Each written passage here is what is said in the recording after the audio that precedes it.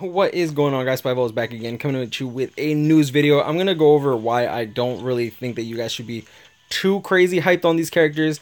Like, sure, they aesthetically look amazing, but we don't know what's coming up for end of the year. Like, we could be getting something really epic for step down summons. Yeah, step down summons, because like their last one was abysmal. So you know, can't even do a single for your double chance. Like, that was pretty ass. But all right, let me just get into this. Now, keep in mind that double chance is only gonna be going on for 4 days, which is a little I mean, it kind of sucks, but I understand why they want to compress it. You do get the characters being re-released in singular banners with the 1% rate, which is not bad. The banners are relatively good. I'll get into those in a bit. Let's go over the characters first, because that's what we want to see.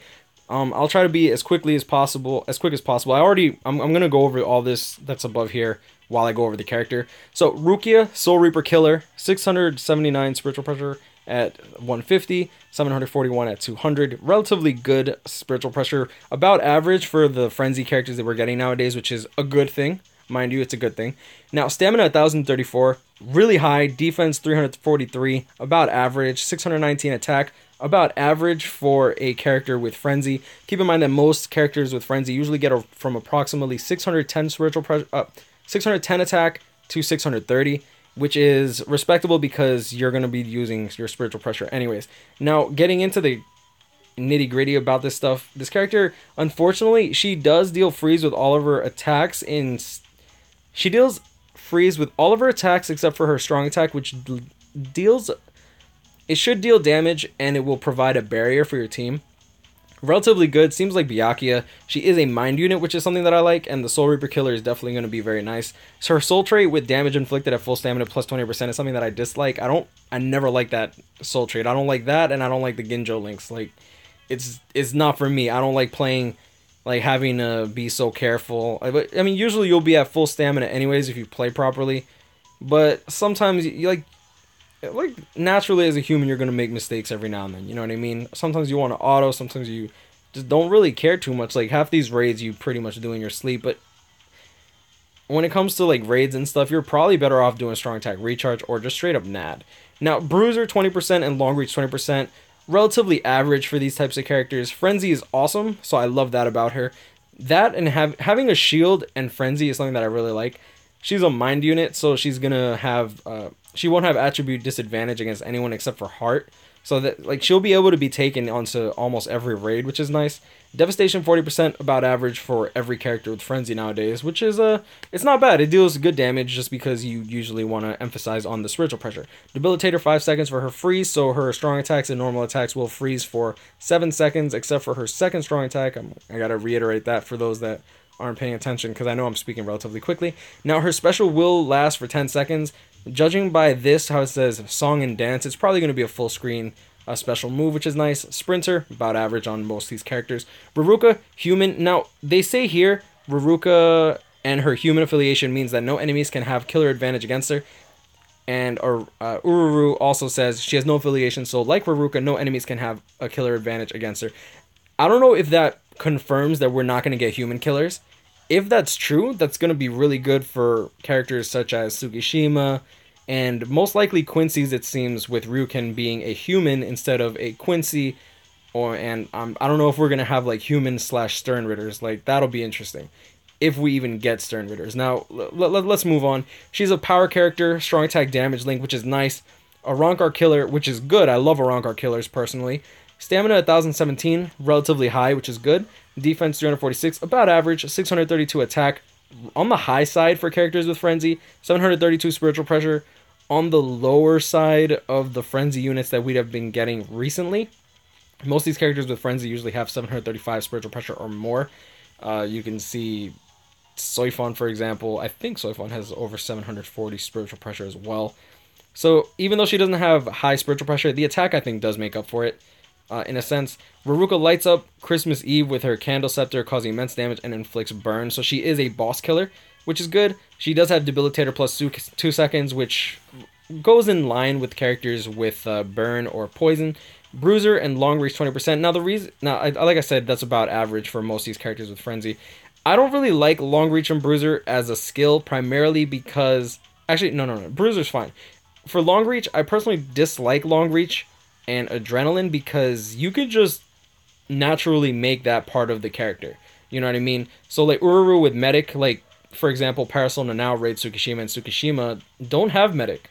They just naturally heal the team, you know? So I always find those like wasted skills because they can just work the character to naturally have that. And no one really plays the 5-star characters unless you're new to the game, which, I mean, it's a nice upgrade, but usually as like a player, once you max out the character, you don't really remember like what you were playing with when they were at 5-star, you know what I mean? But without further ado, let's just keep going. Devastation 40%, about average. So as you can see here, like it's a very average bonus. So long reach, bruiser 20%, devastation 40%, frenzy, and as you can see here with Rukia, they literally copy pasted.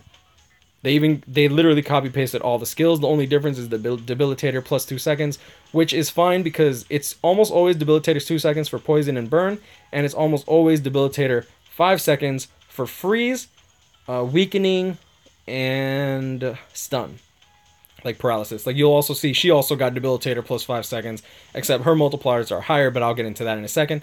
So overall, like these characters, Rukia and Riruka, are definitely pretty hype. Ururu seems to be the hybrid of the banner. 748 attack, bruiser of 40%, which is okay.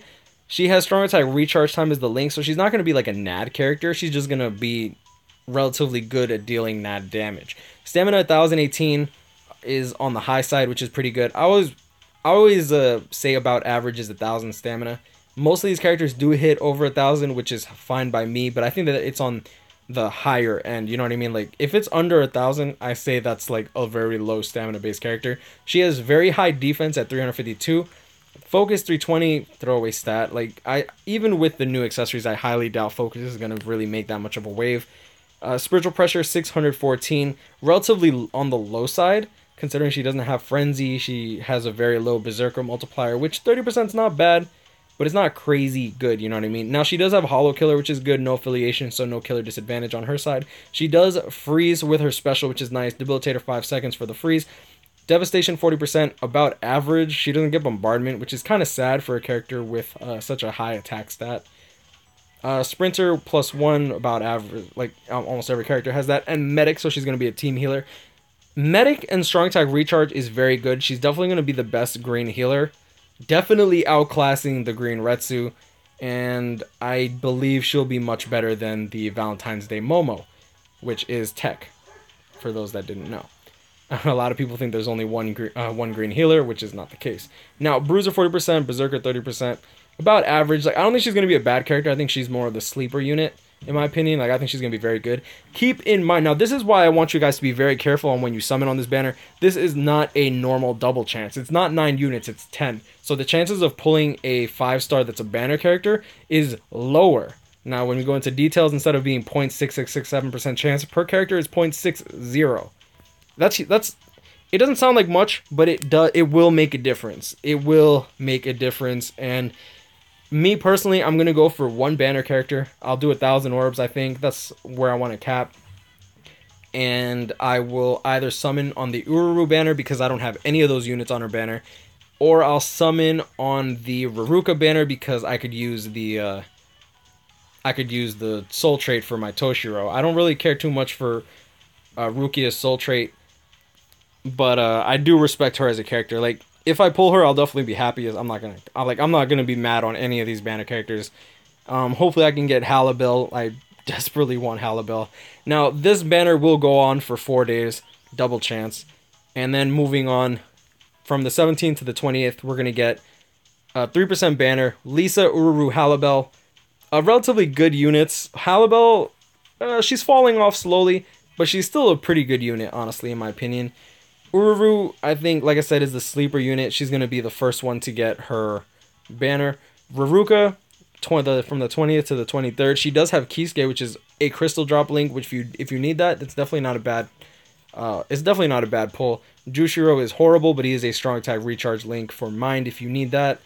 And Riruka is a strong attack damage power character, which is honestly, if I had to pick one of the banner characters, Riruka would probably be it, personally. And Christmas summons Snow. So what is it? Candle, Snow, Holly, Candle, Snow. Okay, that's cool. Available from the 23rd to the 26th will be the Rukia banner with Siloporo, which Siloporo is not a bad NAD red character. In my opinion, I actually think he's still pretty good. He also has a Ronkar killer, which is nice. And we got this garbage character licking her finger, you fucking thought. I don't ever want to see your fucking face on my character list again. Sorry, trigger warning. But yeah, like, honestly, all these Christmas characters do look nice. Me personally, I would love to pull one of them. I don't want to go to him because I want to wait to see what's on Anniversary. For those who are willing to take the risk, the whole Malaysian orb stuff is back online. Some people wanted to know. I'll leave it at that. But I guess I will leave the video there. Y'all know this guy's grind on. Catch me up, hit me up, stay blessed, y'all. Wish you all the best of luck in your summons. Let me know how deep you guys are planning on going in here. I'm definitely interested to see exactly what y'all are planning to do. Who you guys are most hyped for. And I know I'm posting this video later than normal. And no, I don't sleep. It is what it is. I was just busy. I'll leave the video there. Like, comment, and subscribe if you're new. I'll see y'all in the next one. And yeah, happy holidays, y'all. Peace.